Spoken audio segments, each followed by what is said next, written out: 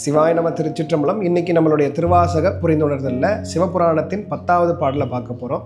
கறந்த பால் கண்ணலோடு நெய் கலந்தார் போல சிறந்தடியார் சிந்தனையுள் தேனூரி நின்று பிறந்த பிறப்பருக்கும் எங்கள் பெருமான் நிறங்கல்வோர் ஐந்துடையாய் விண்ணோர்கள் ஏத்த மறைந்திருந்தாய் எம்பெருமான் வல்வினையேன் தன்னை.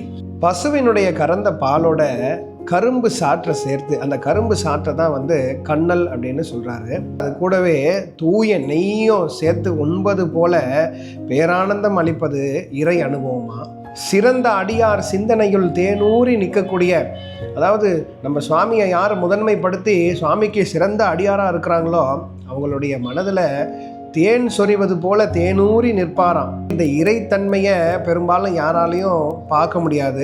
அதுக்காக மாணிக்கவாசக பெருமான் இந்த இடத்துல அதுக்கு நிகரான ஒரு உதாரணத்தை சொல்றாரு. அதுதான் அந்த தேனின் சுவை, பாலின் சுவை, கரும்பின் சாற்றோட சுவை. இந்த சுவைகளுக்கெல்லாம் சிறந்த சுவை அப்படின்றது இறை அனுபவம் அப்படின்றத இந்த வரிகள் மூலயமா சொல்றாரு.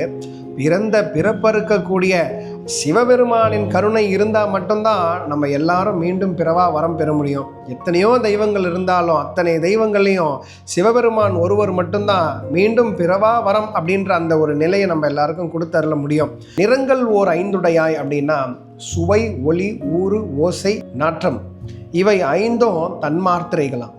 அதே மாதிரி நிலம், நெருப்பு, நீர், காற்று, ஆகாயம் நம்ம எல்லாருக்குமே தெரியும். இது பஞ்சபூதங்களாம். நான் சொன்ன இவை எல்லாத்தையும் உடையவராக இருக்கிற சிவபெருமான் அப்படின்னு சொல்லி விண்ணவர்களும் தேவர்களும் சுவாமியை புகழ்ந்து பாடுவாங்களாம். அப்படி புகழ்ந்து பாடுபவர்களுக்கே காண கிடைக்காத சிவபெருமான் இப்படிப்பட்ட ஒரு வினைப்பிறவில நான் சிக்கி தவிச்சிக்கிட்டு இருக்கேனே, என் கண்களுக்கு எப்படி நீங்கள் புலப்படுவீங்க அப்படின்னு சொல்லி ஒரு ஏக்கத்தோட இந்த பாடலில் மாணிக்கவாசக பெருமான் சொல்லியிருப்பார்.